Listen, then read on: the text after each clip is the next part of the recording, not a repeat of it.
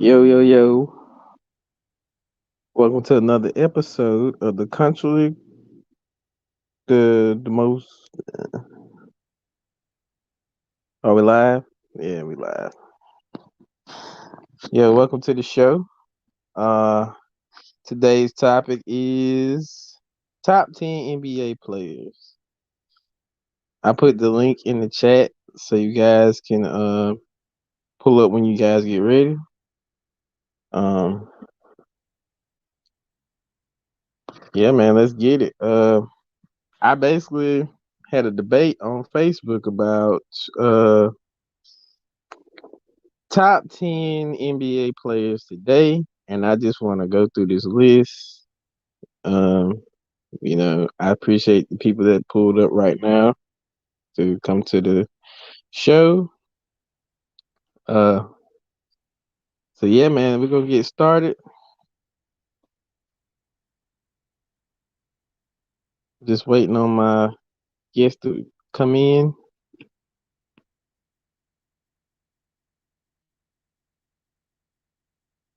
And by the way, if y'all in here, hit that like button.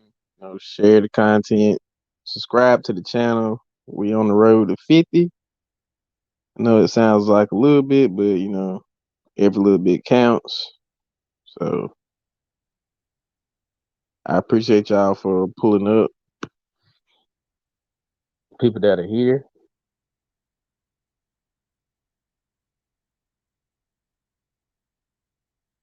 I'll give my guests a few minutes to come in.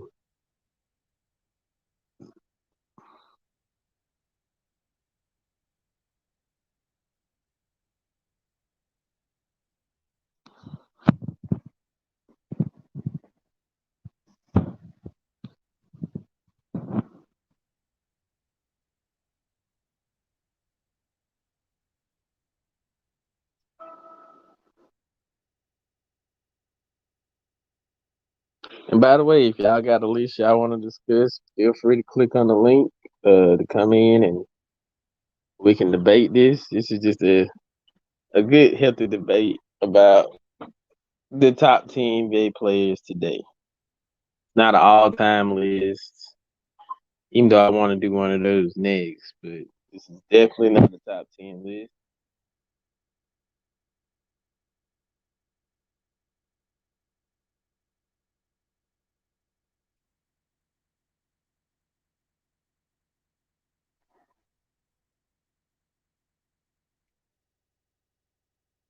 Y'all hit that like button on your way in.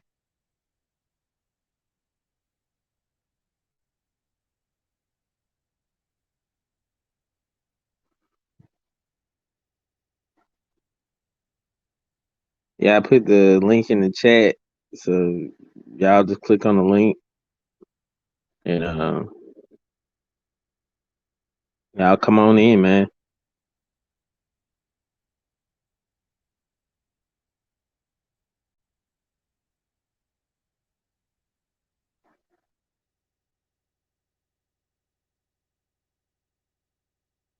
By the way, this list is just my opinion. It's not anybody else's opinion. It's just who I thought would be deserving of this top 10 list today. Uh, I actually have them in order, and I do have two honorable mentions that I think that should definitely go on this list. Um, so yeah, man, just if you want to, man, pull up, and we can talk about it.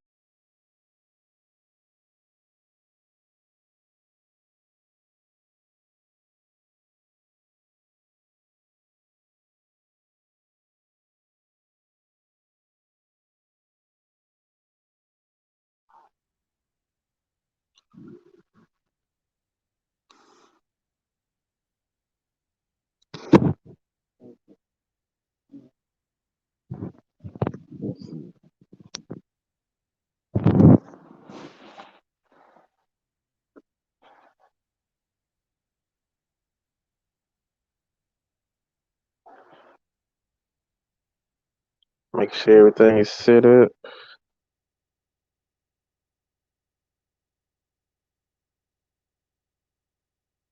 Let me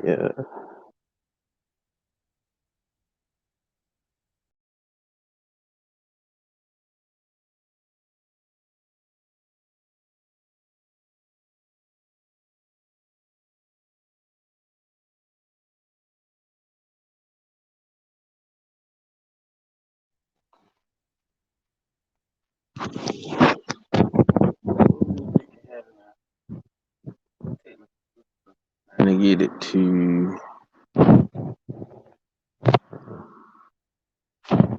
hold on one second.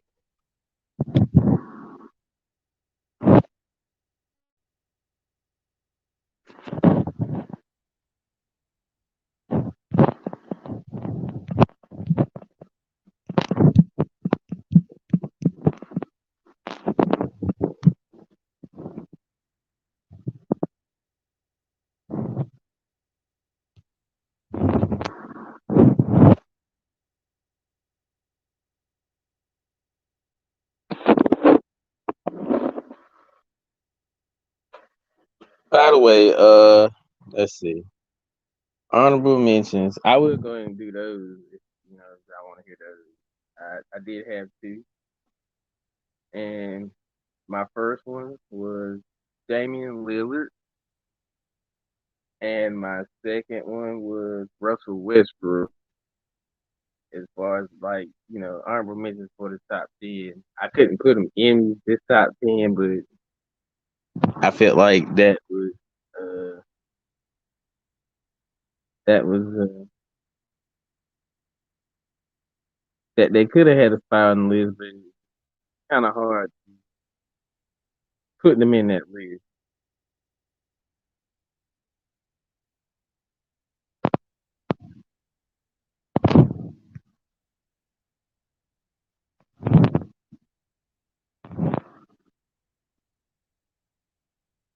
Man, y'all hit that like button, man.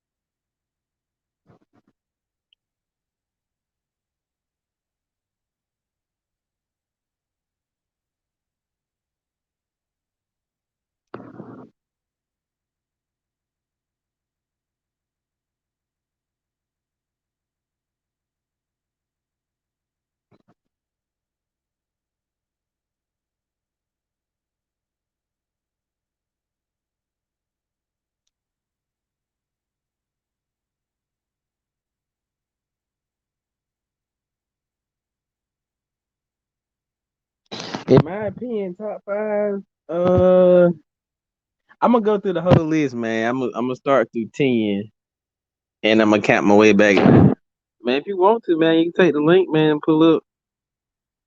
I got the link in the chat. If you want to, man, you can take the link.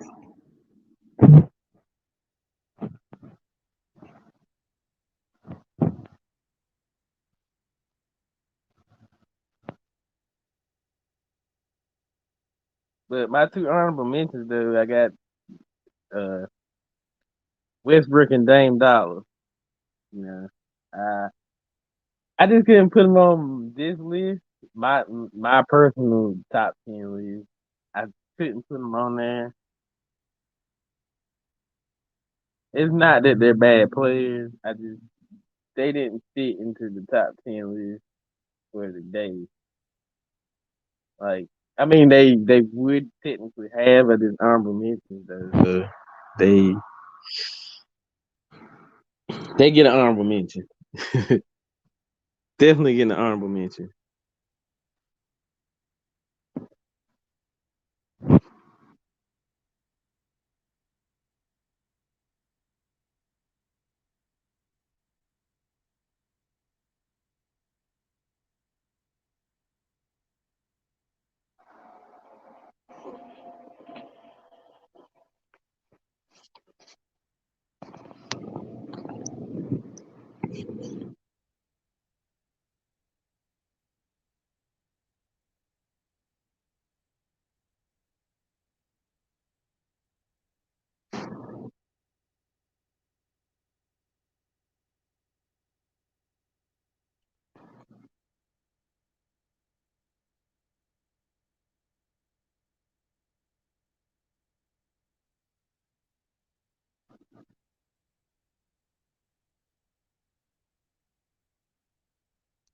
We're waiting on my guest to come in.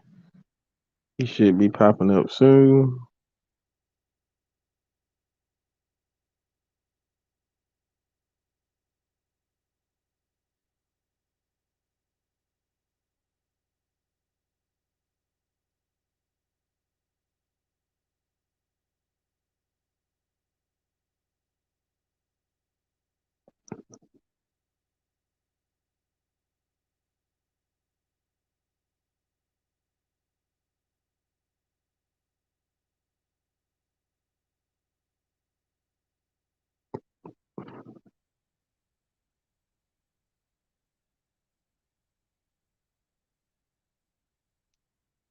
Let's see.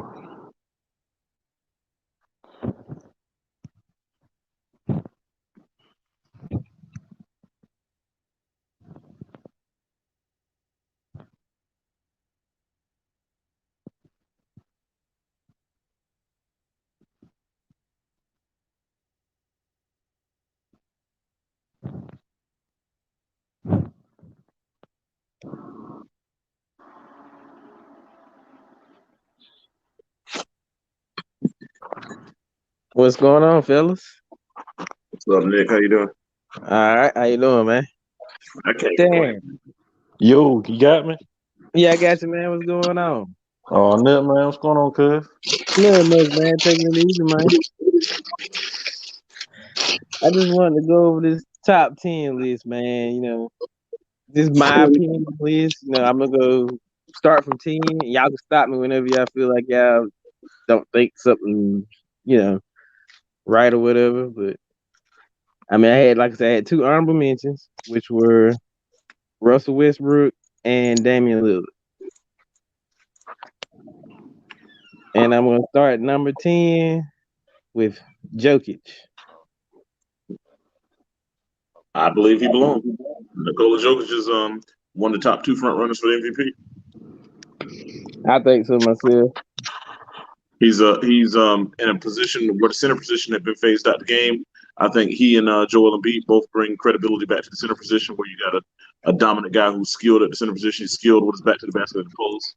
He's a great passer out of double teams. He also can face up and shoot from outside. He can do all the things you want from a center from yesterday's game, and he implements elements of today's game and still able to dominate. And he elevates his team and make everyone else better. So I think Nikola Jokic belongs in that top 10. All right. Cool. What about you, man? You good with that one? Run that down again. I had Jokic at number 10. I can go with that. Okay.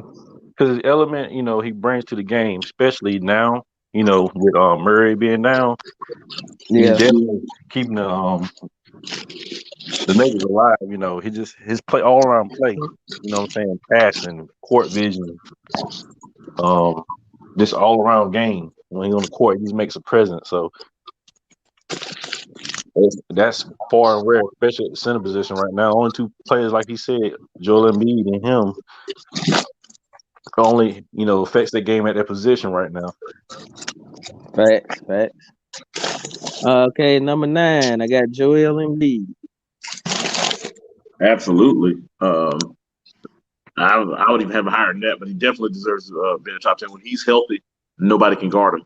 He can, like I said, he can post up, he can face up, he can take it out to the 3-point line. He reminds me of Hakeem Olajuwon with his footwork. As far as footwork, he has the best footwork of any big man in the game, which is reminiscent of Olajuwon. So I'm a big fan of Embiid when he's healthy. If he and Ben Simmons are healthy, the Philadelphia 76ers can go to the finals. I agree. I agree with it. Yeah, it's no stopping that tandem right there at all. I mean, with Philadelphia, especially, taking the time with him is paying off. So we'll see. The process. Yeah. Yeah, you're right. You say it all the time because your voice sounds familiar. That's why. That's Tyrell. How about eating Philly cheese right now since we're talking about Philly? All right, number 8, Luka Doncic. Deserves to be in there. Guy that can play two guard or point guard. Great shooter. A great ball handler. The guy that can isolate and play 1-on-1. I have nothing against Luka Doncic. I think he definitely has earned his spot in the top 10. Yeah, the way he has come in and affected the game at the level, especially coming overseas, his IQ is out of this world. Certain things can't be taught. That just pure talent. I got like a random question for both of y'all. So like, now would you take a prime Tony Kukoc versus a Luka? Who would you pick? Oh, let me jump in that. Go ahead. My bad, brother. And today, here's the thing: those are two eras. Like, if Tony Kukoc played today, he would be like a Dirk Nowitzki like star because it's a game where Tony Kukoc is 6'11", left-handed shooter who can handle the ball and can shoot from any distance. In today's game, Tony Kukoc would probably be an MVP candidate in the same vein of Steph Curry, except 6'11". So. But we never got to see Tony Kukoc in that role. Tony Kukoc was a backup to Scottie Pippen when we saw him, and more of a role player to Michael Jordan's Bulls. But if Luka Doncic played back then, he'd been backing up Michael Jordan. So I don't. That's a tough question. As far as to build a team around, I'll go Luka Doncic because I've seen him carry a team. I've never seen Tony Kukoc carry a team. I've only seen Tony Kukoc playing as a complement to Michael Jordan and Scottie Pippen. Okay. I agree. You never seen what he could do just being the one that is pretty much the primary, go-to guy. Luka, he shocked me coming into the league. I honestly didn't think he was going to be that great as he is now. But, most definitely. All right. So we're gonna move to number 7. Now this one I kind of had a double take on it, but in my opinion, I did based on this year at number 7, Paul George.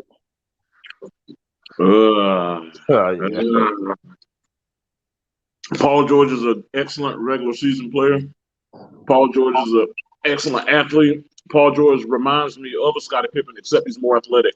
He's not quite the passer that Scottie Pippen was, but he's a guy who can defend the wing, a guy who can create offense off his defense by forcing turnovers to get the break.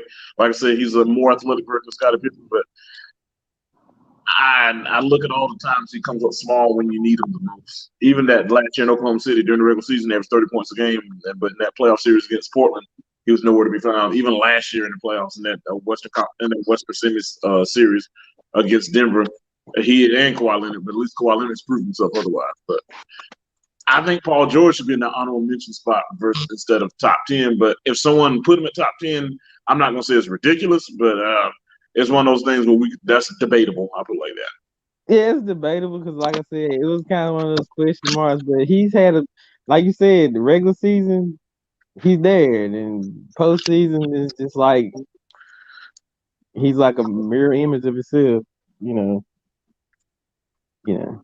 I just think his mindset is he doesn't have the instinct to just okay, I'm going to put the team on my back. Not to say that it's on him to do that, but you have to have that mentality, especially in the playoffs. Like you said, he crumbles.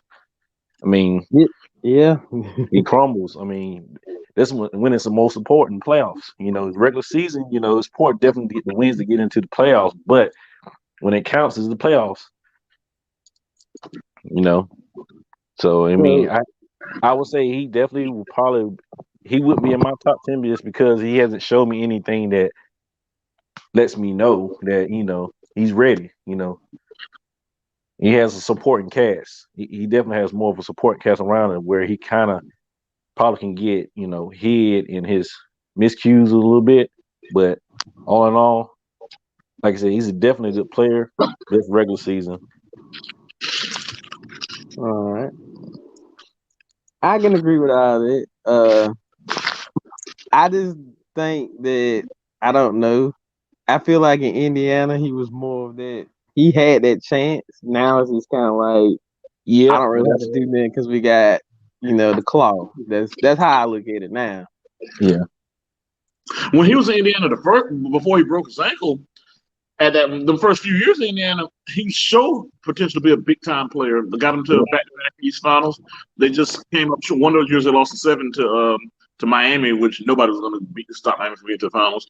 And then the next year they lost to Miami in 6. I mean, they ran into LeBron, Dwayne Wade, and Chris Bosh, that monster. But those years, in his early years, when Danny Granger got hurt, and he kind of assumed the role as the guy in Indiana, he was good. He did look like a guy that was going to be a big time player. Then he broke his ankle in those Olympic trials, and after that point, when they came back, some of that wasn't his fault. Lance Stevenson stuff wasn't as good. They got rid of him. Yeah. Off and all that, and it seemed like they never reached that level in Indiana again. Yeah, especially they had a lot of turmoil. I think one season 2, right? I believe with the center. Roy Hibbert. Yeah. I thought at one point in time he was going to be a pretty dominant center, but that he had that flash, and it was just like. Yeah, and then there are no centers, and there are really no centers noteworthy at the time. So he was a big fish in a little pond. True. All right, we're gonna move on to number 6. I started to put him higher, but I'm gonna keep him at 6. We're gonna go with the teammate Kawhi Leonard. Oh, absolutely. And what he did in Toronto that one year he was there was enough to put him top 10. I'm not even gonna hold choking against him last year because he's already proven what he can do. I'm about to say when he was in Toronto, they didn't have no superstar. You had Kyle Lowry who was there, who was a good player but not a superstar. Aside from that, you didn't have a guy like Siakam who nobody even heard of at the time was next to him. And he in that series against Milwaukee, they were down 0-2. He put that team on his back against Milwaukee and came back and won 4 straight games just to get to the finals. I know Durant and all them got hurt in the finals, but hell, that's not his fault. He did what he had to do, and as far as when you look at his offense, he has a Michael Jordan-esque type game. And I don't mean that trying to say he's as good as Michael Jordan. What I mean is his mid-range game, the way his feel for the game, the way he gets to his spot. He's one of the best players I've ever seen in modern history at getting to his spot, getting to that 17-foot jumper that he wants. And when he gets to a spot, he rarely misses. And he's a lockdown defender as well. So I think probably should be higher than 6, but he's definitely top 10. I got a quick question, if you don't mind if I chime in, right? Go ahead, man. Now, that being said, being the best, two-way, I would say, do you think he's the best two-way player right now in the NBA? No, because if we're gonna, to me, I hate that term best two-way player, and I'll tell you why. Because if you're the best at offense and defense combined, then doesn't that make you the best? That's true. Technically true. So let me ask this. I don't think he's the best player in the game. So if I don't think he's the best player in the game, I can't say he's the best two-way player in the game, because being the best in the game to me means you're the best two-way player in the game. So will you say his game is probably the most balanced then? Let me say that way. Yeah, I can say he's I can say that. I think it's definitely balanced as far even his offensive game is balanced. He's one of the few guys who's not a prolific 3-point shooter, but he still can. He's one of the few wing players who's not a prolific 3-point shooter, but can still dominate a game. Okay. I can agree with that. That's why I wanted to hear. That's why I kind of wanted that invitation, because people say he's the best player in the game because he can play both ends of the court. But like you said, he's not the best. No, like LeBron James in his prime played was all league defender. Kobe Bryant, God rest his soul, was an all league defender. Michael Jordan was an all league defender, a first team all league defender as well. So it's not. So I mean, you got guys who are great defenders who are great players. He's not the only one. So I can't say here to show that he's the best. I don't want to talk about the next list, but I already have in my mind he's still the best player in the game. Yeah. Oh yeah. So everybody's good with number 6? Oh yeah, definitely. Okay. All right, we're into the top 5. Now this is, like I said, y'all can chime in anytime you like. I just put it the way I felt that it should be. You could rank them lower, higher, but my number 5, in my opinion, Steph Curry. I don't have a problem with that. the greatest shooter that God has ever created. Yep. Agreed. Hands Agreed. down. I The mean, greatest shooter to ever walk amongst mankind. I play this, and to me, when it comes to Curry, this is weird about Curry because if you take his shooting, I don't think he's top 5, top 10 in anything. But his shooting is so great to where it supersedes all of his flaws. To where I weight his shooting so high to where to everything else that he can't do, his shooting is so great to where it supersedes all that to where it automatically puts him in top 10 and of course top 5. Just simply, and someone might say, well, he's only a shooter. I like, but he's such a dominant shooter to where even though there's nothing else that I think that he does is great, his shooting is so great to where it cancels out any other flaw he has. and also his ball handling skills too. You know, he But does he's a good ball handler. You know, like I said, but his shooting is so superior. Like you said, it just wipes away any type of like I said, flaw that he might have at times on the court. You know, Yeah. so So let me ask you this. Do you think the circumstances of Steph Curry being on any other team other than Golden State, would he still have that same impact? Or do you think it was the coaching? Like, do you think Mark Jackson and Steve Kerr had a lot? I mean, not taking away from his shot, just the pieces that, may I say, the pieces that they put around him. Well, of course, but I mean, and his ankle got healthy because his first few years in the league, he was out in and out with ankle problems. And when he first came in the league, you got to realize that was a bad team when he first got there. And Jackson kind of into a playoff team. They became a good defense team. You drafted Klay Thompson, put beside him.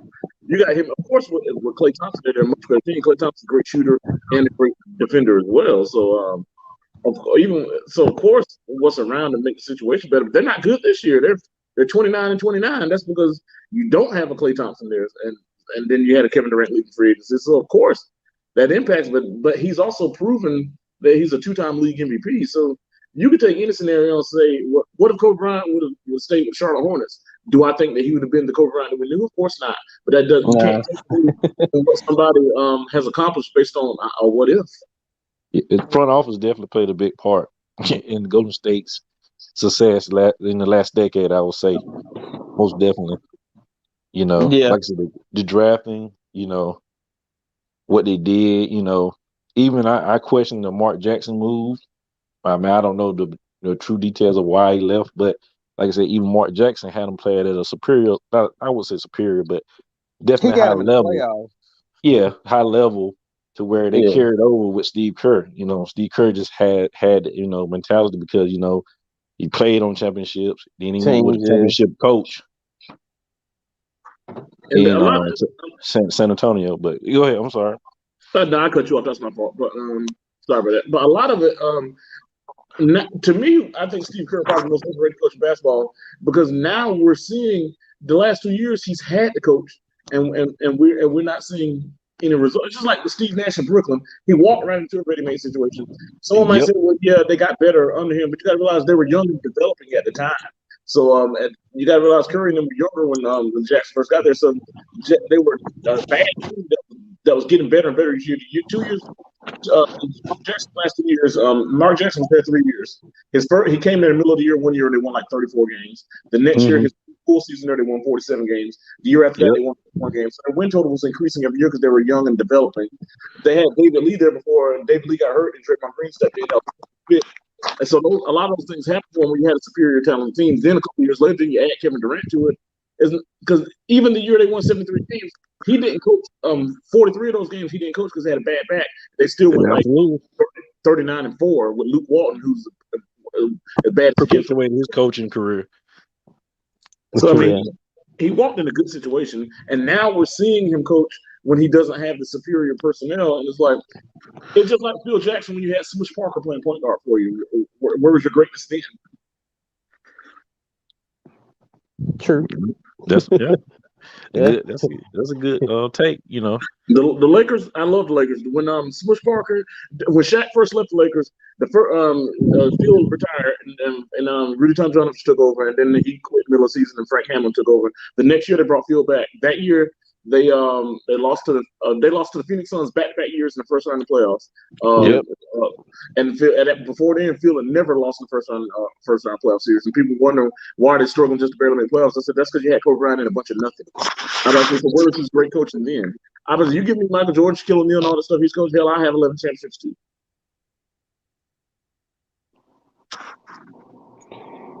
So we all good with 5? Oh, absolutely. Okay. Oh, yeah. Number 4. The beard, James Harden. James Harden, that's another one. Regular season wise, he'd probably be a top 5 all time if you just going on regular season numbers. But he chokes way too much for me. Even going back to when he was with Oklahoma City Thunder before he became a superstar, Yep. when in the NBA Finals Finals against Miami Heat, where then every year they make excuses. Well, he played too many minutes during the season. He got tired. Then this, and that. I'm like, every year is an excuse for this dude to throw up bricks in big games when they need him the most. Even when during his time in Houston, I'm like, that dude chokes way too much for me. Talent wise and numbers, his numbers are there and all that. But you know what? I don't even put him in the top 10. Okay. Yeah, I don't feel like he's top 5. Simply fact because of what Houston put around him, especially it ain't like he never had a caliber of players to come play with him. He not succeed. Prime example, and again, I don't know if it's coaching. He could have been coaching a little bit with Houston at the time. Look at what Chris Paul is doing right now. Amen.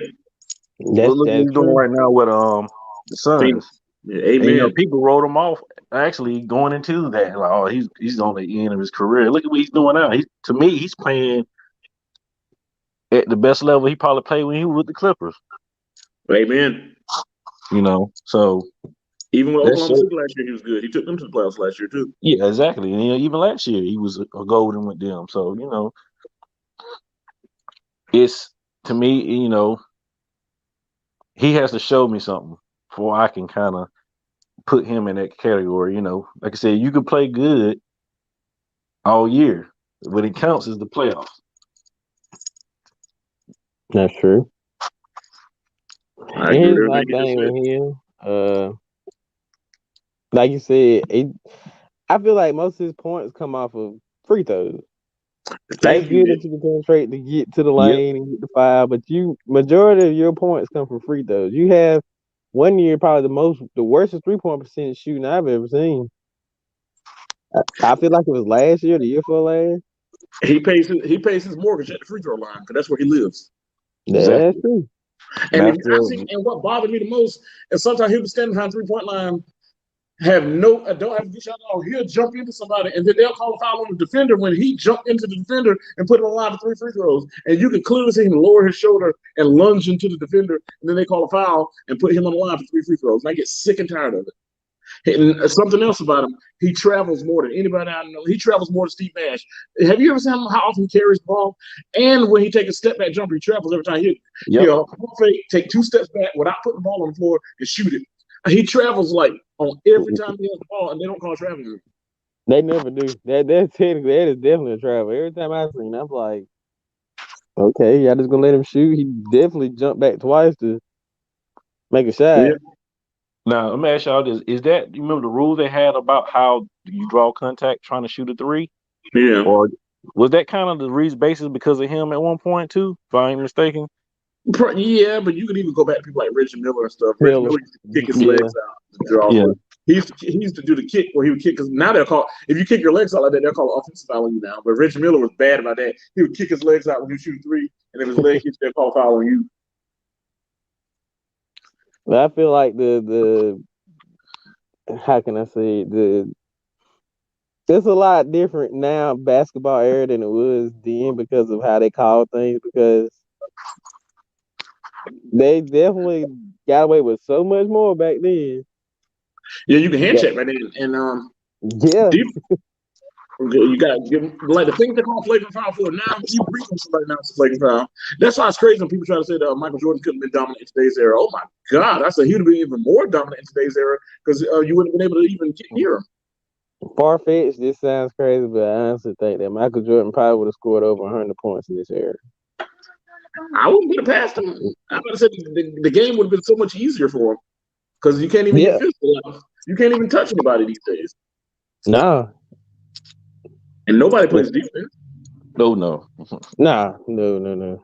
Defense is like non-existent. It's the point now where most teams are scoring over 110 points a game against each other. When it used to be back in the day, you get to the mid-90s, Yeah, you like know, score to a high game back 80s. then be like 95 to 89. Yeah, Yep. which was a good game. Average quarter, first quarter, I always used to be 21-23. Yeah. Yeah. So Now them shit be like 35, 40. Yep, 40 to 34 and stuff like that at the end of the first quarter. I'm like, and just 80 teams are points running down before the check to shoot halftime. three. That is ridiculous. So we think that he should not be on the top 10.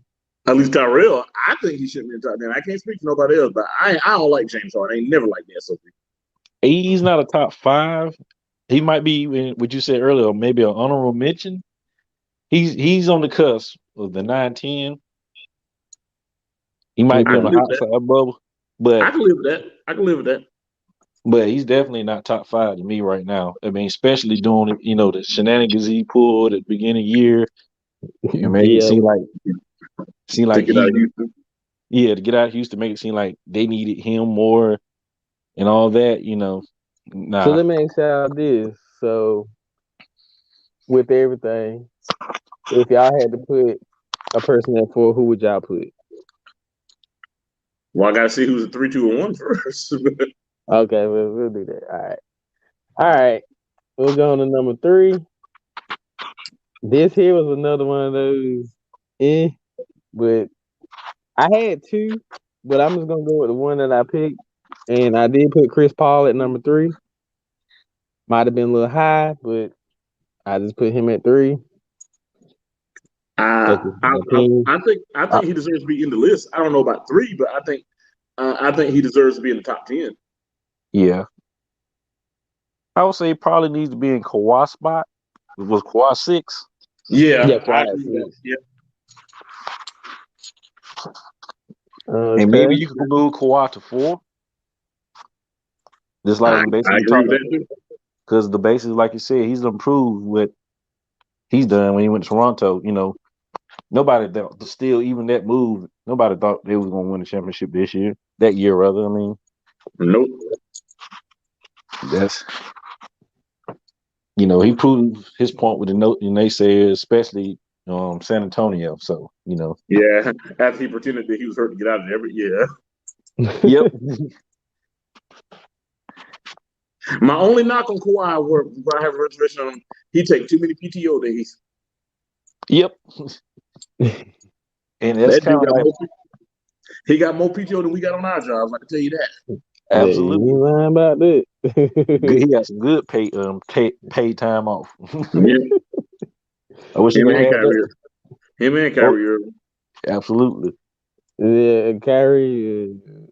That's for a whole another day. He crazy as hell. That's all. But go ahead. It's true. All right. Top 2. And number 2, this was a hard one, but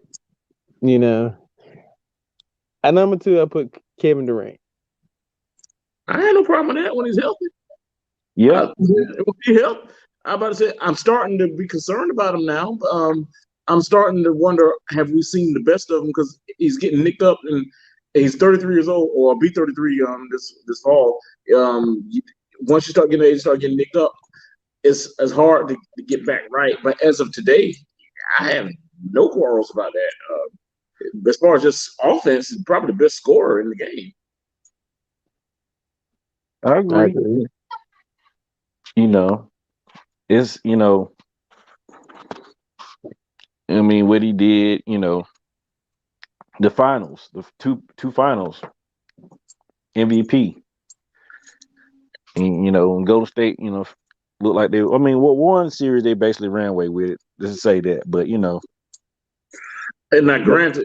Now we're gonna go about people around you. I mean, I still lost respect for him for going to a team that already was loaded. I mean, going to a two-time MVP, but even with I still think it's fair to have, just his overall play. You call him top two, even if he was still in Oklahoma City right now. I would still even because I'm not even talking about the championships as of now. I'm just talking about just his game. I think he's top two player. The thing about it, he took Oklahoma City Thunder to the finals before. They just came up short. The year before he left Oklahoma City, they had Golden State beat. They had him up 3-1. And I was getting ready to talk about that. and he choked and then went to them. That's still something I'm like, come on, man, you had him down. All you had to do was finish. But of what's out there, I still think that I don't have no problem calling him a top two player in the game. Oh no, he's definitely has shown you what he can do. Each team that he went to, Oklahoma, Golden State. Grant, like I said, he hasn't really been able to get into a groove with Brooklyn, but and I get it, with them trying to be more conservative, saving themselves for the playoffs. So hopefully we get that Durant we all know in the playoffs. I hate to say this, but I think he's going to rupture something because he keep having soft tissue. Now he got a string quad or whatever. Yeah, I'm like calf, quad, or whatever it is. I'm like, them type of things because what it is, he ruptured his Achilles when they go to state. All them things work hand in hand together. When all them things keep hamstrings and all that bothers me and that worries me. I think he'll be there in the playoffs. I don't think he's going to be all the way right, and I do not think they're going to win the championship. Okay, I got this is not even it's pretty much the same type of question. Who do you, both of y'all opinion? Who do you think is coming out of the Eastern Conference? The Philadelphia 76ers. I agree. Because I think you're going to – I'll put it this way. I think if Brooklyn get their back against the wall, you're going to see the familiar James Harden. Mm-hmm. Kyrie, it depends. Like you said, he's crazy, so you don't know what Kyrie mindset might be. You're going to get, yeah. And Durant might not be fully healthy. Exactly. So you got Philly. I got Philly. Right now, Philly. I just don't see any other team in the East right now. It's some hot teams. Had to mention the Knicks right now. I'm not gonna say there's a fluke with them. That's what I said. That's my sleeper pick right there. They ain't going to no damn finals, but they're playing well. Yeah, but not to push anybody to give someone the real test out of the East right now. No, Philadelphia's got it. I want to say Charlotte, but not yet this year. Charlotte not going to the finals, but they got a nice young team that if they can keep together, continue to build on, maybe 2 or 3 years from now, they could be a team that compete at that level. Right now, it's a matter of getting Hayward and Monk back along with Ball. If they can get them back for a season, they should at least be able to get in the playoffs, and I think they'll be competitive depending on where they land. If they can get if they can land like around fourth or fifth or something, they might win a series, but. But right now, with everybody being out, depending on, I don't want to. They might even end up in that play-in tournament and be like the 8th seed or something. Which if that's the case, they'll have 4 more games. Oh yeah, and that can be kind of troublesome too. You hit that one team that's hot. That just like what's called in the bubble last year, they just went Miami. Yeah, Miami and also Miami, the Suns. Yeah, Phoenix went on a 8-0. They went 8-0 in the bubble. Yeah. The thing that's different though about the bubble is like nobody's traveling. Everybody's playing the same gym, and you're playing in the same gym every night, so it's easier to catch a rhythm because you're not going from place to place. You don't have to worry about jet lag and any of that stuff. I don't think nothing like that's going to happen in playoffs this year because you got people playing on their home courts, back on airplanes, flying back and forth, and playing in different buildings. I don't see that. I think what happened in Miami last year was a fluke. It was a fluke. Yeah, that's what I think. I agree. Yeah, definitely. Yeah. Because Jimmy Butler would never lead a team to the finals under normal circumstances. So, my opinion, if let's say the bubble, this for you, Terrell, whoever want to chime in, who would you think would have if COVID never took place? I think I think the Milwaukee Bucks would have gone to the finals last year if under a normal playoff structure. Okay. I can agree with it. I Because when definitely they agree get, with and I'm not making any excuses for them because they deserve to lose. They lost and they deserve to lose. But I'm saying at the time that everything stopped, they were red hot. And when they never looked right and they got in the bubble, they never got in rhythm. They never looked right. That's their fault because they were in the same circumstance as everyone else. Don't get and then George Hill didn't even want to be there to start a point guard. He didn't want to be there. That was kind of rough, but I still think that at that time, the way they were playing, if they were still they would have been the team that would gone to the finals. So I got another question to put on this one. After this year, that team is let's just say they get to the second round and get pushed out again. Do That you may see some happen. changes? Do you see some changes? Of course, you're gonna see some changes. Well, they just signed Antetokounmpo to like a 5-year, $200-something million deal, so he's there unless he crying and want to be traded. But I mean, he just signed with an extension with them this summer. They just signed Drew Holiday to an extension too. He got to step his game up too. I can see them trying to make a move to get somebody else in there. Maybe, What about maybe like Middleton? he'll be gone. I can see them like trading for Bradley Beal, like maybe taking Chris Middleton and Drew Holiday and trading them for like Bradley Beal or something like that. I can see that. I can agree because I think that'll probably be with Bill's ability and what he can put on the court right now with his scoring. I mean, and shooting. Shoot. That would be perfect because that's what they're definitely missing, that consistent score. Yeah, they don't have floor space, and Middleton's a good player, but he's I know he's an all-star, but he's not a real all-star. Like he's the guy who's putting up good numbers because he's feeding off of Giannis, but he's not a guy if Giannis not there. He's not a guy that can take over a game. And Giannis is a good outside shooter, so if you just if you could double Giannis, keep him from getting to the basket, then you don't really have no one else that can on the perimeter that can beat you. Holiday's a good player, but he's not. He has this year hadn't been anything special, and Middleton a lot of times, guy, if you contest him and get up in his grill, he's the guy that's going to score. I think I can see them trading for a guy like Bradley Beal or Victor Oladipo or both or something like that. Yeah. All right, and now the number one, I'm pretty sure everybody knows. LeBron James. The best player in basketball. I think that's the right choice. This man is 36 years old, and the way he still impacts this Lakers team, the way he impacts the game. I do it. Of course, is he perfect? No. Are there things? Does he have a lot of D riders who act like he's God? Yeah. But I still, but in today's game, I hope Sean Willis not watching this. I just know one off the bat. I'm sorry. Yeah, I do too. And we probably all talk about the same one. Sean Wheeler, we love you, buddy. We love you, buddy. But anyway, but dude, it's like you could eat his doo doo. But anyway, I still think he's a great player. He's a great facilitator, a guy at small forward. He still has that ability. He still has great court vision. He's not the defender that he once was because he's older now.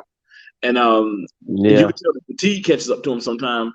But still, at his age and the impact he has, look at what Lakers have done since he's been hurt versus when he was there. And this Laker franchise was in shambles. The first year he got hurt, you can see when he got there, when they had Brandon Ingram and all that, they were fourth in the West. He gets hurt, he's out for like a month and a half. They fall completely out of playoff contention. The next year he comes back, leads them to a championship and win Finals MVP at age 35. I think LeBron James is the best player in professional basketball.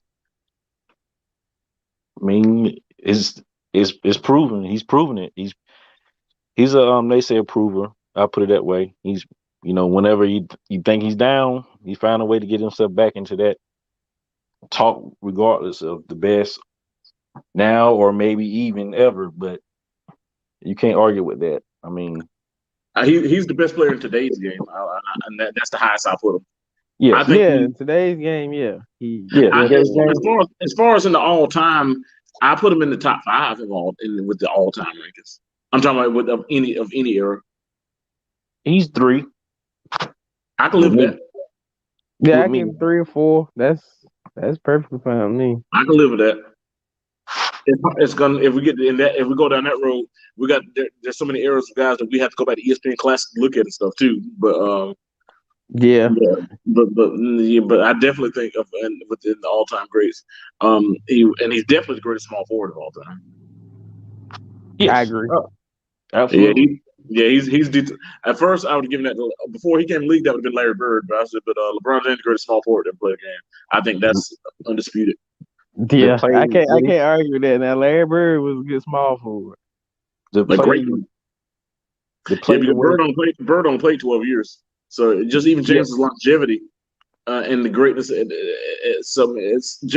is 17th year in the league. So he led a team to a championship, won Finals MVP in year 16. That's I don't even think there's a precedent for that. No. Here's another question. Do you see the Lakers repeating this year? I'm biased. And I'm going to say yes. And I'm going to tell you why. Too. But I'm going to tell you why. I'm going to try to make myself believe this. The 1995 Houston Rockets were a 6th seed, and they were kind of middling like this during this time of year too. Olajuwon and all them started getting back in rhythm. They traded for Clyde Drexler in the middle of the year. Guys like some of the other role players like Kenny Smith and Sam Cassell started getting in rhythm. They got in the playoffs. They got hot, and they made a run and won championship as a 6th seed. They're the lowest seeded team to ever win an NBA championship. I think the Lakers can be like the 95 Rockets. So that's my pitch. If AD can stay healthy, I guess. Well, we got Drummond now, so Drummond's the insurance policy of AD. James can win the championship with Drummond if AD's not there. I agree. I'll give you that. Yeah, I agree with that. You think Drummond will stay if they do? Or you think he's going to go for the money? I think he's going elsewhere. I think he's going for the money because what's going to happen if the Lakers win the championship and he plays well? Some idiot will offer him $200 million and he's going to go take it. Just like Dwight Howard. And he's going to rob somebody. Yep. Don't put Dwight Howard was a great player in his prime, man. Dwight Howard. Yeah, he had that bad stretch now. He had that bad stretch. Dwight Howard was an 8-time All-Star and a 3-time Defensive Player of the Year. Andre Drummond ain't never. I about to say, as far as we know, what bothers me about the whole Dwight Howard thing, people just look at Dwight Howard as some joke because over the last few years. But Dwight Howard in his heyday led the Orlando Magic to the NBA Finals. Did he not? He did. I'm not saying he's a bad player. Let me finish. With no other superstar, the second best player on that team was Rashard Lewis. Yep. And they beat LeBron James and the Cleveland Cavaliers at the best record in the league, beat them in the Eastern Conference Finals, and led by Dwight Howard. Dwight Howard, they lost to the Lakers in the Finals in 2009. Dwight Howard took the Orlando, and then the next year took them to the East Finals and was multi-time first team All NBA, 8-time All-Star, 2-time Defensive Player of the Year. Dwight Howard in his heyday. I'm about to say Andre Drummond doesn't sniff Dwight Howard's accomplishments. It's just that we look at him now because he's washed up and he's the butt of our jokes. But when he was in his heyday, and a lot of these kids who are watching games now didn't get to see Dwight Howard 06, 07, 08, 09. We got to see it. When he was in his prime, he was as good as he was the best center of basketball in his prime. Yeah, he's probably honestly. I mean, you could disagree with me. He might be top 5 center of all time. Okay, I disagree with that, but still, maybe I said he's top 10. I'll put it this way: he's not of course Shaq. All right, let me name some centers right now. Okay, Shaq, Kareem, Hakeem, Russell, Wilt. That's 5 right there. Yeah. David. Then you can go down with your David Robinson and stuff. Olajuwon. I said Hakeem. All right. Then after that, you can even go to your next tier. You can go down to your people, Moses Malone, David Robinson. You can go Elvin Hayes. You could even go into Shaquille O'Neal, who I think I forgot to mention. But you could even go down through there. You might say top 12 centers of all time, something like that. He'll be a Hall of Famer. Yeah, I mean, well, yeah. I'm just looking more on that same sense. You're right, because it was some legends in that time. They don't get that. I think that Kareem is always going to be number 1. I don't care who you put on it. That's number 1. I put Dwight Howard in that tier with Alonzo Mourning. Yeah, and that same tier of center. I'm talking health before he got sick. I'm talking Alonzo Mourning in his heyday. I put Dwight because Alonzo Mourning was a great shot blocker, like as well. The Mike Tyson Alonzo Mourning. Yeah, Alonzo Mourning in his For heyday. the Hornets or Miami? He didn't play the Hornets long enough. Miami. Miami. Okay. He only played 3 years with the Hornets. It seems like he didn't. He was on that true. inaugural team, though, right? No, he came in the league in 1992. Okay. Yeah. Second overall pick in 1992 behind Shaquille O'Neal. Orlando Magic drafted Shaquille O'Neal. Charlotte Hornets drafted Alonzo Mourning, and the Minnesota Timberwolves drafted Christian Lake. Yep, Christian Lake. Yep. Yeah, Alonzo Mourning, he was more of a predominant force with Miami because he made some runs with them. I forgot about that. Like him and Tim Hardaway Sr. Yeah, they had some good teams. Under Coach Pat Riley. They got the East Finals. Them and the Knicks used to go at it. They got some East Finals and stuff. They actually had a team that was good enough to probably go to the finals, but they lost to the 72-win Bulls one year. Yep. That was a team full of that was just a hungry team. They didn't like the taste of losing to Orlando. I just feel like Michael Jordan was just and they whooped the hell out of Orlando. The next year. Yep. They swept Orlando. Wait, my bad. That was the 72-win team is the one that beat Orlando. The Bulls beat Orlando in the East Finals in '96. It was the next year in '97, the 69-13 team that beat Miami. My bad. But yeah, they whooped the hell out of Orlando. But you gotta realize when Orlando beat them that year, Jordan just came back he had played 17 games in the season. He was still, and Horace Grant had left and gone to Orlando. That was a big loss. Yep. They won 3 championships. People forget about that. Grant wasn't on those teams anymore. That's why when they brought Rodman in the next year, that filled the void that Grant left, which put him back to championship game. Yep. Yeah, because that Orlando team, granted they didn't win a championship, that team was pretty freaking good. Yeah, they shouldn't have lost to the Rockets though. They lost to the Rockets the Rockets beat them on experience. That was a young Orlando team. Orlando had home court advantage. That was that number 6 seed Houston Rockets team, the lowest ever seeded team to win a championship.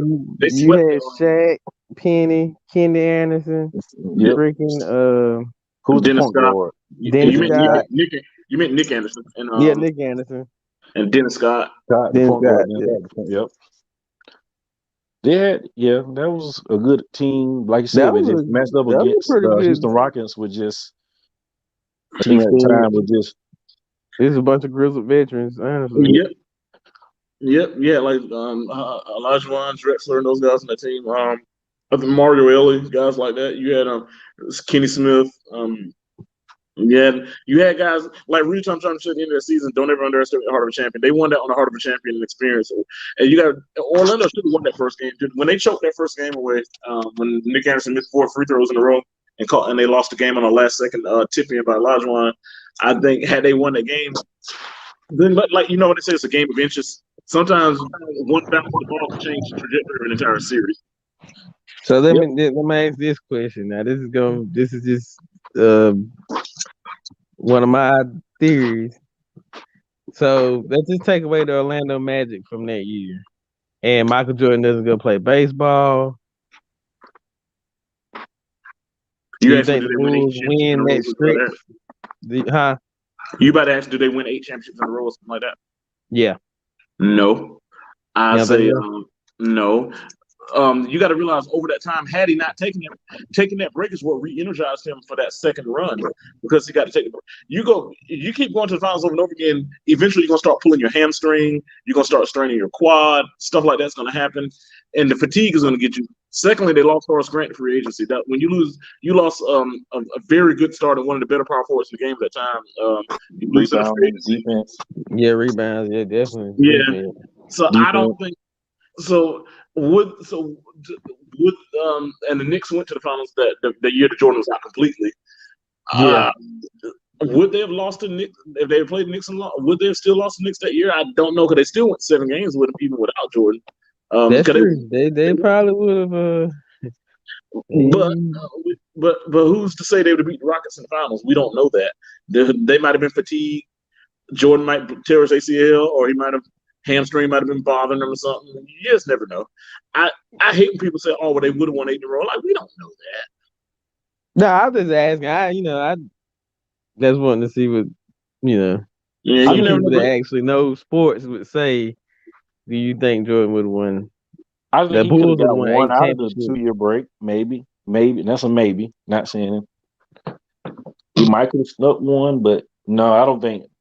8 straight, no. No. I agree. Like you 8 said, straight. That's a lot of freaking championships, and I mean, I don't know how many the Boston the minutes Celtics on had the minutes on consecutive. your body, the wear and tear on your body with that, and they were playing physical back then. Your body wouldn't have held up going to the finals that many years in a row. That's what happened with Kevin Durant, and you can say with Klay Thompson. Well, we'll say with Klay Thompson rather. Klay Thompson, yeah. They went to the finals 4 straight. I think they go to the finals 4 or 5 straight years. 4. I think think it was the 4th. That was the 4th 5. year, right? No, I Let think me it's see. 5. They went They win in 15. They win in 16 because they won it in 15. They lost in 17. Won in 18. Won in 19. Yeah, so That's 5 years. that's 4. Hold up. That's 4. 15, 16, 17, 18, and 19. They went to 5 straight finals, which is Yeah. unheard of in modern era. And Cleveland went to like 4 straight because they played each other 4 years in a row. If you go to the finals that many times, that war on Klay Thompson, then the next year Curry broke his wrist the next year. All that can add up, man. Yeah, that's true. I agree with you. I'm just asking. I'm not, saying you're wrong. I'm just, You're seeing it now, and not cutting nobody off. You're seeing it now with a shortened season. Yeah. All these injuries. Right, especially when they just ended the season October and turned around and started back in December. That was rough there. And with that condensed schedule, trying to jam all them games in, you're definitely. I agree with you 100%.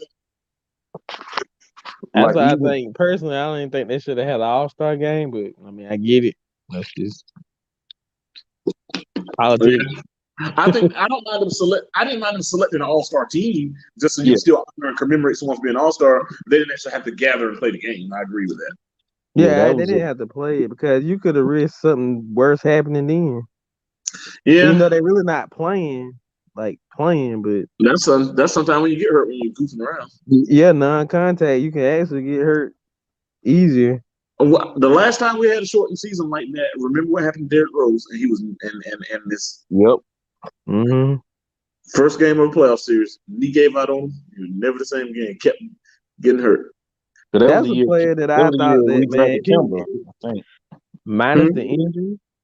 I think that was the year we drafted Kemba, the shortened season. Was that year? The Hornets?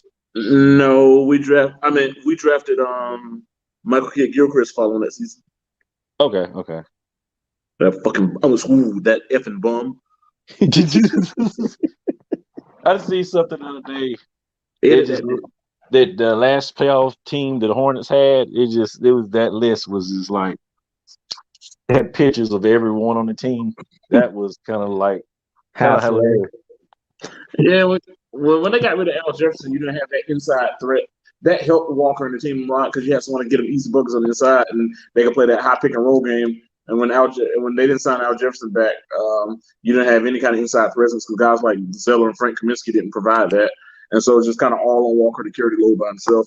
And it didn't work out. I know we're off subject now. Kind of it plays with the Hornets a little bit. Let me say this. What do you think? Who's going to be the top 5 teams that probably going to emerge that's young in the NBA in the upcoming years? Charlotte. Well, I think Charlotte Hornets are one of them. Some people say the Atlanta Hawks. We'll see. After they fired the coach and brought in Nate McMillan, they're playing well. Phoenix. Yes, well, I think Phoenix's window is however long Chris Paul decides to play. Because we see before Chris Paul got there, Devin Booker just got to put up numbers, but it didn't translate to wins. I like DeAndre Ayton too; he's a good defender, rebounder, and can score down on the block. But unless Chris Paul's presence, now that they're learning how to win, maybe even after he's retired or whatever, it'll still continue. But I think a lot of their winning is based on what Chris Paul is doing as a floor general. You take him; he's 35 years old. He's not going to play for so long. So I don't know. I think it's the thing about it. It's not the youth that's going to push them. It's that veteran that's going to push them. It's them. I'm gonna say Chicago, low key. Maybe not right now. Maybe the next 2-3 years. I can see. I think Zach LaVine is just a guy for good for sports and highlights. Yeah, he's a lot of sizzle. I don't think he's that great. I think he just got to put some numbers on a not so good team. Yeah. I think he's a good athlete. He's good for highlight reels, good for slam dunk contests. He's going to put up numbers, but he doesn't impact the game. No. Now going back to the Phoenix Suns thing, That's a team that I actually think could steal a championship this year if it's a dark horse team. I know I said the Lakers, I'm a Lakers fan, but I'm talking about. But speaking unbiased, Unbiased, yeah. Yeah, that could be a team where Chris Paul finally gets his. You got him and Devin Booker back there in the backcourt. Because like even let's just say we play devil's advocate. Let's say if we're talking them versus the Nets in the finals, even though I don't think the Nets gonna get there. I'm just using that. And you got a limping Kevin Durant. Okay, you got James Harden versus Devin Booker. That mentioned he can shoot Devin Booker. Chris Paul can shoot with Kyrie Irving. I'm just saying if they got everybody. They got enough pieces there. DeAndre Ayton can bang in the middle with whoever they got in the middle. So or if you match him up with 76ers, DeAndre is not as good as Embiid, but he can hold his own against him. He's still an all-star center. So he's still athletic and has lateral quickness to at least hold his own against Embiid. Ben Simmons, if I was Chris Paul, I wouldn't guard him. I would just stay off him and make him shoot the ball. Make him shoot. I wouldn't guard him at all. I would just stay. I would just play zone against him, and I would make somebody like Tobias Harris beat me. Yep, I would say that too. And see if he can. I'm about to say. I'm like, Embiid gonna score some. We get that, but I'm gonna make Ben Simmons actually have to shoot the ball from the perimeter. I'm just not gonna guard him. I'm gonna sit back off of him in the zone and say shoot it. And I think they have the type team that they actually have a slow tempo. They could actually slow the game down and make Philadelphia play or Brooklyn play a half court game. So I think the Phoenix Suns are a type team that can. This might be Paul's break. I'm not saying it'll happen. But you talk about a dark horse that someone not just thinking of, even though they're number 2 in the West right now, they're a team that I think sneak on somebody and do it. I agree. Honestly, between them and Charlotte, I feel I'm talking about this year. What I'm saying, but this year, okay. Yeah, this year, I think they'll be the team that can, like I said, they'll shock the world. Because they not saying they're floating on the radar, but they're not giving them the credit with matchup. Because they got, like I said, they could match up with probably any NBA team right now and be okay. You're not going to blow them out because of how they built. Yeah. Nah, you definitely gonna blow them out.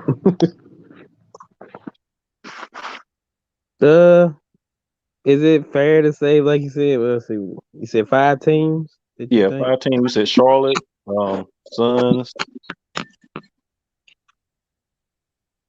I'm low-key trying to look at the Knicks, man. I can't name 5 teams I think will be a championship contender. But typically, you don't have 5 championship contenders in any season. How would you say like 5 upcoming teams? Potentially upcoming teams. I would say New York. Okay, Charlotte Hornets, New York Knicks, Atlanta Hawks, Phoenix Suns. Okay, that's 4. Memphis. What do you think about Memphis? Memphis, yeah, I like Marine. Yeah. With if they keep Jaren Jackson Jr. healthy. That would have been like I feel like they would have probably had a pretty good. Well, right now the playoffs started. They're 8th in the West right now. Yeah. Yeah, but I feel like they'd have probably been a little bit higher. I think like 5. At least 5. Still young. Yeah, they're young. They're young. But... That West is rough, man. In the next 2 years, we're gonna have to be looking for somebody to be a franchise player. Because I don't see AD staying long. I don't think AD is a franchise player anyway. Yep. What I think will happen. I always feel like this. Within 5 or 6 years from now, I feel like LaMelo Ball will either end up on the LA Lakers or the New York Knicks. I think he'll be in one of those 2 places, probably the LA Lakers. I'll say that. I hate to say it, I was Charlotte. I would kind of go ahead and kind of look for that to happen. Well, right now, if I was Charlotte, I would sign him to a 5-year extension now. Yep. He's 19. He's 19 now. I feel like we could hold him until he's about 26. Yes, I can say that. So what you want to do in the next 7 years? So get as much you want to get what you can get while you in the next 7 years. Because right now, after the second season, you can sign him to a 5-year extension. That'll guarantee that you got him for 7 years. So he's 26, and then after that, it's just take. But I ultimately think he's going to end up with the Lakers or the Knicks. I think with the Lakers, they can make him like Magic Johnson Jr. type thing. His game is similar Yep. to Magic Johnson. So I think that would be what they'd be going for. And that, I know that's probably more his dream anyway, to be a Laker. Yeah, Guard, He's better than his brother. Yeah, definitely. I was, as a Hornet fan, I was kind of leery about him, but I mean, I never really seen him play much overseas before now, but I went back and watched some of his highlights with, the team in Australia. I'm like, he got it, and coming into the NBA and translating it now, I think they put more pressure on Lonzo they did. coming in. Yeah, but LaMelo His daddy put all the expectation on him. I'm doing it. LaMelo's still better no matter what. Lonzo He's can't better shoot than the him, ball. but I feel like Lonzo would probably been half decent. He's having a good year this year for that goes. In New Orleans, he's having a solid year. He having a good year now, yeah, because he's not in that light. Like when he got to LA, his daddy put him over there, and But he's not aggressive enough. He's still too passive. He'll sit there passive, like he'll drive to the ball, drive all the way to the basket, and nothing ever him in the rim, and then kick it out to somebody. And I'm like, oh yeah, dude, lay the ball up and in. The rim is wide open. He's too passive. LaMelo's more aggressive. Like LaMelo wants the spotlight, whereas Lonzo's more of a guy that wants, kind of like in the same sense of Lamar Odom. Like I don't want it on my shoulders. Yeah. Because talent-wise, Lamar Odom, talent-wise, could have been one of the 10 greatest players to ever play the game. But he didn't want to be the guy. Same with Rasheed Wallace. Like if you look at Dirk Nowitzki, you look at Rasheed Wallace. Rasheed Wallace could do everything that Dirk Nowitzki could do. The only difference is Dirk Nowitzki embraced the role of being the guy, and Rasheed Wallace didn't want to be the guy. He wanted to be a role player. Same thing with Lamar Odom. Like if you look at LeBron James and look at Lamar Odom, the height, he's not as good as LeBron, but Lamar 6'10", can handle the ball like a point guard, can run the break, left-handed, could shoot from the perimeter, could post up, do it all. But he wanted to be a role player. He didn't want to be the guy. I know LaMelo is gonna be a special player. Now, out of all the brothers, he is the best brother. Yeah, the other two, because LiAngelo not even in the league. So. Yeah, they ain't get. Well, I mean, they gave him a chance, but obviously, he's a bum. That's all it is. This was that.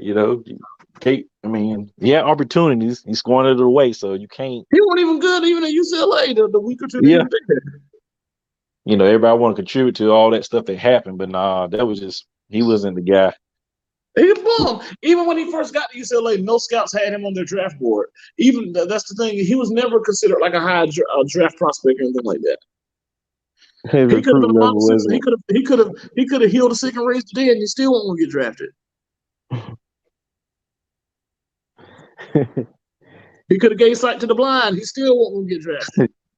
I guess he's better go play Big 3 then. Is that still going to exist? I don't know. I seen some stuff, but like you said, that it hasn't translated yet. They made like decent. Them guys got paid like $250,000 a year. Hell, if somebody could brush up my basketball skills, I'd go in there and throw some bricks for $250,000. Yeah, I mean, it's entertainment. I look at that. And then dang on Allen Iverson, he even got suspended from that, man. I was like, come on, yeah. Oh, really? Yeah, Ice Cube suspended him that time because he didn't show up to a practice. Ice Cube suspended him. Ice Cube said that practice. No, Ice Cube said, look, if we're gonna be looked at as a legitimate league, we can't you have to take things seriously. And he said, I'm not gonna let my league be treated like it's not serious. He deactivated Lamar Odom and somebody else too because they weren't up to par. And he said this league has to be taken seriously. And if you're not ready or not, he said my league is not going to be not taken seriously. So if you're not doing what you're supposed to do, yes, you're going to get suspended. Well, clearly, that is a businessman. You can't hurt if you mess up a businessman's money. They're gonna do something about it. Yes, I mean he definitely wants that. I would say with Ice Cube, just overall with him, he's definitely about that business. He's about the dollar bills, man. Yeah. He turned that into something that's real, because most people watch basketball like that, and it wasn't really, yeah. The XFL tried twice and it never succeeded. So Yeah, we'll see the exit, but the pandemic effed them up the last time. They were going to fold anyway, but The Rock bought it. But the Big Three wasn't designed to be competition to them. Because the XFL was a league that was trying to run traditional football. The Big Three is more of an entertainment type. yeah, entertainment, yeah. Entertainment than the true competition. But at first the XFL was more that in the very first time they tried to do, because they had all the loud announcers talking during the game. It wasn't like there's no one will ever compete with the National Football League. Point blank. Period. You can try all you want. AAF, whatever the American. Yeah, Alliance of American Football. That was a joke. The things got paid in coins. They paid them in gold tokens. And then when they folded in the middle of the season, they didn't even pay for the guys' hotel rooms. Them guys had to leave the hotel immediately because when they got there, the room's not paid for. You guys got evicted from the hotel, not even knowing what was going on. You know what that sounds like? Now, man, I'm gonna keep my mouth closed because we might have people watching. It sounds like something from in this area, but I'm gonna shut up because I don't even know what you're talking about. So you can text it to me privately or something. It sounds like semi-pro football, but we ain't gonna go there. Oh man, this on YouTube? Yeah. Okay. Well, man, I'm sure when that happened to you, man, I'm sure that had a major impact on your life. See what I did there? There you go. That's how you make it look better. But I know the impact that had. I know the impact that it had. Yeah, it had a big impact. But it sounded like a big impact on y'all, a little impact on what they were seeking to do. That's another show for another day. Mm-hmm. Listen, I have so many stories. That's why I said it's another show for another day. I hear you, Charles. It's another show for another day, man. I appreciate y'all fellas coming up. We at the hour and 18 mark, man. It's good debate, man. We got to do this some more. All right. Will I be able to watch this on YouTube like later? Yeah. You can share it, stream it, or whatever. It's gonna be on the page. Okay, man. Sounds good. Yeah, I appreciate y'all pulling up, man. Oh yeah, definitely great debate. Good, outtake on other people's opinions. I enjoyed it. I would say this is my first podcast, so mine too. Yeah, I'm just doing everything for the culture, man. Everything's for the culture. Kind of a thing I want to do anyway. I kind of been thinking about that. I like to have my take on sports and see what other people think. Yeah, because everybody ain't gonna think the same, man. It's designed. Everybody has their own opinion on things. Yeah. And it's good that people express their opinion. And express them maturely. You don't know. You might have a biased point, and I could disagree with it just because. But you might be making logic sense. Absolutely. I want to hear your side. That's what this segment's for. Like, I can't wait the football season because that's definitely. Yeah. Hey Nick, if you'd had Jason Tatum in your top 10, I'd have disconnected from the call immediately. I see that was the thing. When I put the poster, I wasn't saying it per se for me. I was just asking the question: do you think Jason Tatum is a top 10 NBA player? And I saw that. I'm like, what? Because I seen a thing where his name was on it, and that's the only reason I said it. Because I'm like, okay, I like top 10. I like top 10 to play at Duke or something. What? Nah, I mean, if that was a poll question, yeah, I could say yeah for that. Cause they weren't there long enough, but still. That's even debatable too. Like you said, he didn't have he was one and done. Yeah, he was one and done. Yep. So all right, well, I mean, yeah, one and done. But I seen it on I forgot what I seen it on the site. I can't think where I seen it. I want to say it was ESPN. They may have put it up there saying that he was listed in the top 10. He wasn't in the top 5. He was like, I want to say it was 8 or 9. He's a good player, but let's Yeah, not. he's a good player. But right now, we see how it's translating with Boston right now. Look at them, Yeah, they're sluggish. Very. Ah, Like, but I'm glad. what's the name said the other day on that post? I'm like, Zion Williamson. I see him being up there eventually. Zion doesn't lose some weight, or he'll be Yeah, the next Oliver Miller Baby of the Davis. NBA. Yeah, let's not put down Oliver Miller. Good God, man, don't do him like that. But still, Nah, I mean, I'm thinking. I was trying to do him like that. He's I was big. gonna say Sean. I was gonna say Sean Kemp without the drugs. Yeah. Man, Oliver Miller, how old are you, man? That's a throwback. Oliver Miller, though, big joke. 39. Okay, yes, you would. Oliver Miller. I'm like, I mean, he's played for the Phoenix Suns. Yeah, he had the problem. I mean, Zion, he's physical. I mean, I'm not. No. Don't get me wrong. To play at that size, Yeah, play that side. He is he's talented. But them ACLs, boy, and them ACLs. Yeah, like I said, that weight, man. I mean, Charles Barkley wasn't really heavy too. I mean, he was kind Charles of wasn't heavy when he played. Charles only got heavy at the end of his career when he was yeah. Rockets and was just picking up a jet. Now in Phoenix, Charles Barkley was probably the best shape I ever. I mean, he was in good Phoenix. shape. Charles Barkley was a league MVP. He was, yeah. He led the league in rebounding at 6'4". I about to say Charles Barkley's one of the top 3 power forwards to ever play the game. Dan Marley, Kenny, Johnson, Danny Ainge. Kevin Johnson. Yeah. That was a good squad too. Yeah. Yeah. They lost to the Houston Rockets one of those years. They had a 3-1 lead over the Rockets in the West and playoffs, and then the Rockets came. The year the Rockets won that first championship, that's when they came back. Who was the coach out there that year? Huh? Who was the Phoenix coach that year? Oh man, yeah, I can picture his face. I can't call his name. It wasn't. That was before Danny Ainge. Westfall. Was it Paul Westfall? That's what it was. Paul Westfall. Yeah. He died, didn't he? He just died not too long ago. Like last year sometime. Yeah. Something like that. People used to get him and Paul Westhead mixed up because there was Paul Westhead used to coach the Lakers and coach Loyola Marymount, and people used to always get Paul Westfall and Paul Westhead mixed up. Westfall played for the Knicks, didn't he? Westhead used to coach the Lakers. He won. Magic Johnson and Kareem won that first championship under Paul Westhead, and then Westhead got fired, and then they brought in Pat Riley. Yep, Pat Riley. Yep. And then Westhead went on to coach college basketball. He coached Loyola Marymount. He coached them with like Hank Gaithers and all them over there. Yeah.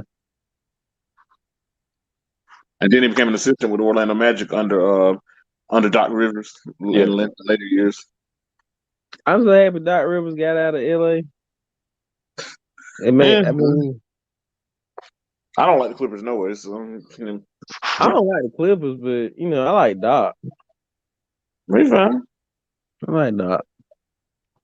He's good. I mean, I guess obviously we're going back to talk for us championship. I mean, this is probably gonna be his best champ to ever win one as a coach. Yeah, again, brother. I'm gonna say it that way. Yeah, we'll see. It was so much. Well, they had. I don't know what happened in that situation. They supposedly Paul George did what he wanted to do. Kawhi drove 2 hours to practice. Yeah, I was happy when they lost to Denver. Because they worry about the Lakers so much when they should have been trying to clean their own house. So there it is. Yep. Yeah, I'm happy they lost. Yeah, I mean, even if they would have won, we would have beat them anyway. Biasly, my opinion, we would have beat them regardless. We beat them before the pandemic. We played that last game before the pandemic on that Sunday. Either way, when Commissioner Silver handed the trophy, he handed it to some men wearing purple and gold. He should always hand it to the men wearing purple and gold. That's what the trophy's at. That's what the banner is. Yeah, we try to get that 18th so Boston could be that stepchild again. Yep. Because right now we tied up. Yeah, tied up. Yep, 17 apiece. Yeah, they need to be the stepchild. They got to sit back. Yeah, the Minneapolis Lakers won 5 and the Los Angeles Lakers won 12. Yeah. I want to Yeah, do a show on that too eventually. I'm definitely gonna do a top 10 Laker list. That's without a doubt gonna happen. man, to make a top 10 Lakers list is gonna be so hard because there's been so many greats to play for the Lakers. Yeah, Yeah, I that's know. That's what. what I said. I had to sit down and actually, I know who I would put in my five, but I would have to find other ones. I hadn't seen all the Lakers. Well, let's just say back past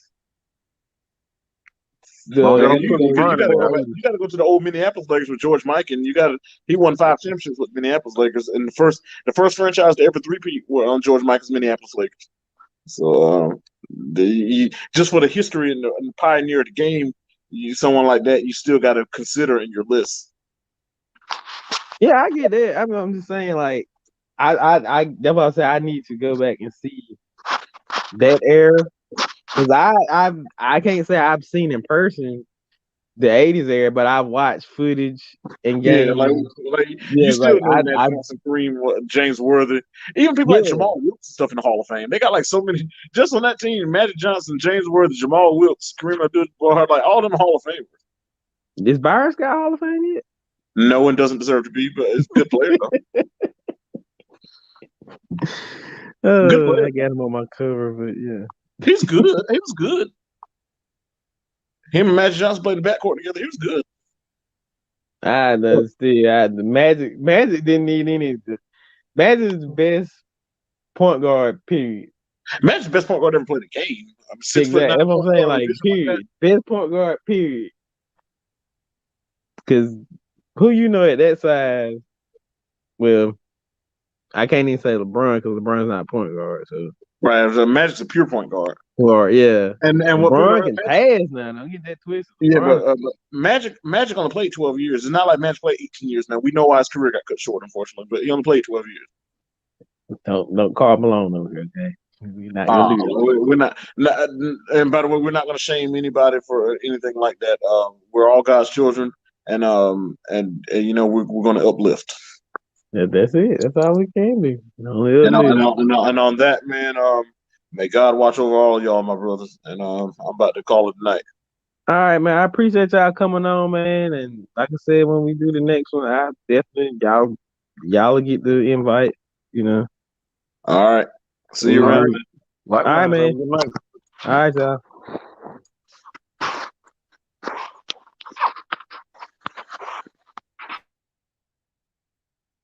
And there you have it, man. That was a good show.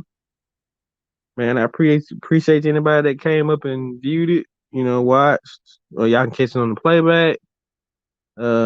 Make sure y'all hit that like button, subscribe to the channel. And if y'all got any topics that y'all want to talk about, comment, or I left my IG info in the description, and you can give me something that y'all want to hear about, sports, personal, anything I want to talk about, man. I'm here to talk about it. And I appreciate y'all pulling up, and we'll see y'all next time.